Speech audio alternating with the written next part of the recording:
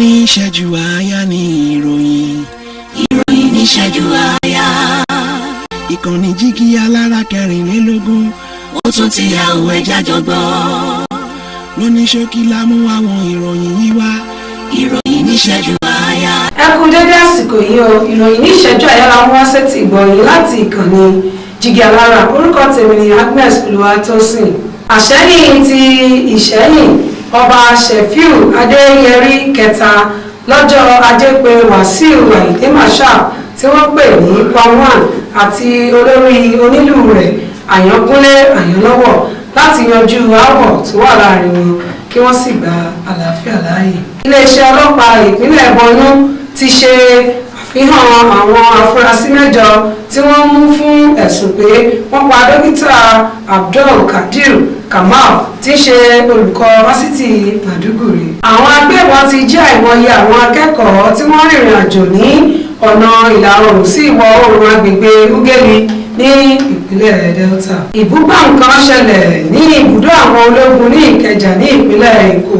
Àwọn ológun sì ti bẹ̀rẹ̀ ìwádìí lórí rẹ̀. Àwọn ọlọ́pàá orílẹ̀-èdè Nàìjíríà ti gba àwọn akẹ́kọ̀ọ́ 9 tí àwọn agbébọn jí gbé lọ ní ìpínlẹ̀ Delta. Ilé alájà 5 mìíràn tún ti wó lulẹ̀ ní agbègbè Bazdin-Fege ìlú Onitsha ní ìjọba ìbílẹ̀ gúúsù Onitsha ní ìpínlẹ̀ Anambra. Ààrẹ Bọ́lá Ahmed Tinubu yóò lọ kúrò ní Àbújá lọ sí Dakar olú ìlú Senegal gẹ́gẹ́ bí àlejò níbi ìfilọ́lẹ̀ ààrẹ orílẹ̀-èdè náà Basiru Diomaye Faye. Àwọn ọmọ ẹgbẹ́ ìgbìmọ̀ olóyè ìbílẹ̀ Ewu Urobo ní ìpínlẹ̀ Delta ti pè fún ìtúsílẹ̀ lẹ́sẹ̀kẹsẹ̀ ọba ìlú Ewu Clement Ikoro tí ó ti wà látìmọ́lé. Àwọn ọmọ ogun orílẹ̀-èdè Nàìjíríà nínú iṣẹ́ ọ̀tọ̀ọ̀tọ̀ tí wọ́n ṣe ní ìpínlẹ̀ Zamfara àti Katsina pa àwọn agbésùnmọ̀mí 11.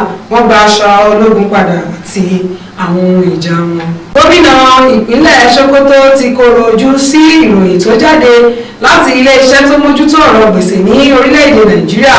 Ó ní òun kò jẹ lára gbèsè 250 billion naira pé ìbanilórúkọ jẹ́ lásán ni èyí.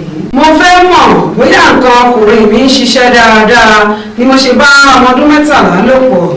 Farouk ló sọ èyí nígbà tí ọwọ́ ṣìkún ọlọ́pàá ìpínlẹ̀ Ọ̀yọ́ tẹ̀. Aṣòfin àpapọ̀ Ugochi Inyere ti rawọ́ ẹ̀bẹ̀ sí ààrẹ Bọ́lá Ahmed Tinubu láti dáwọ́ ìgbẹ́jọ́ Nnamdi Kanu dúró. Ìjọba ìpínlẹ̀ Kebbi ti ṣe ìfilọ́lẹ̀ ìgbìmọ̀ ọkùnrin 13 láti ṣe ìwádìí àwọn tó jí oúnjẹ lọ ní ilé ìkówópamọ́sí ti Benin Kebbi lọ́jọ́ àbámẹ́ta.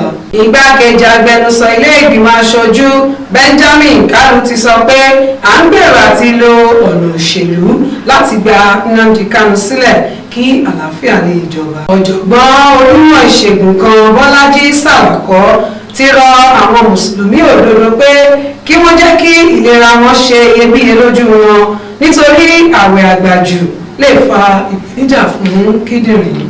Àjọ tó ń rí sí ìdàgbàsókè ìmọ̀ ẹ̀rọ ìròyìn ti gbé ìkìlọ̀ kan jáde fún àwọn ọmọ orílẹ̀-èdè Nàìjíríà láti ṣọ́ra nígbà tí wọ́n bá ń ṣàyẹ̀wò kóòdù QR nítorí àwọn iṣẹ́ jìbìtì tó ń peléke sí i. Gómìnà ìpínlẹ̀ Kogi Ahmed Ododo kẹ́dùn pẹ̀lú ẹbí àwọn tí wọ́n pẹ̀lú nínú ìjàmbá ọkọ̀ tí ó gbẹ̀mí ọ̀pọ̀lọpọ̀ tí àwọn kan sì farapa èyí tí ó ṣẹlẹ̀ lọ́jọ́ àìkú ní agbègbè Ọbájánà ní ìpínlẹ̀ náà. Emir ti ìpínlẹ̀ Bauchi Alhaji Rilwanu Sulaiman Adamu ti ṣàfihàn 25,000 àpò ìrẹsì tí Aliko Dangote fi ṣètọrẹ fún ìpínlẹ̀ náà.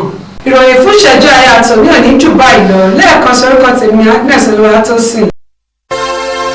Ní ìṣẹ́jú àáyá ní ìròyìn. Ìròyìn ní ìṣẹ́jú àáyá. Ìkànnì jígí alára 24. Ó tún ti yà òwe jájọ gbọ́. Lóní ṣókí la mú àwọn ìròyìn yìí wá. Ìròyìn ní ìṣẹ́jú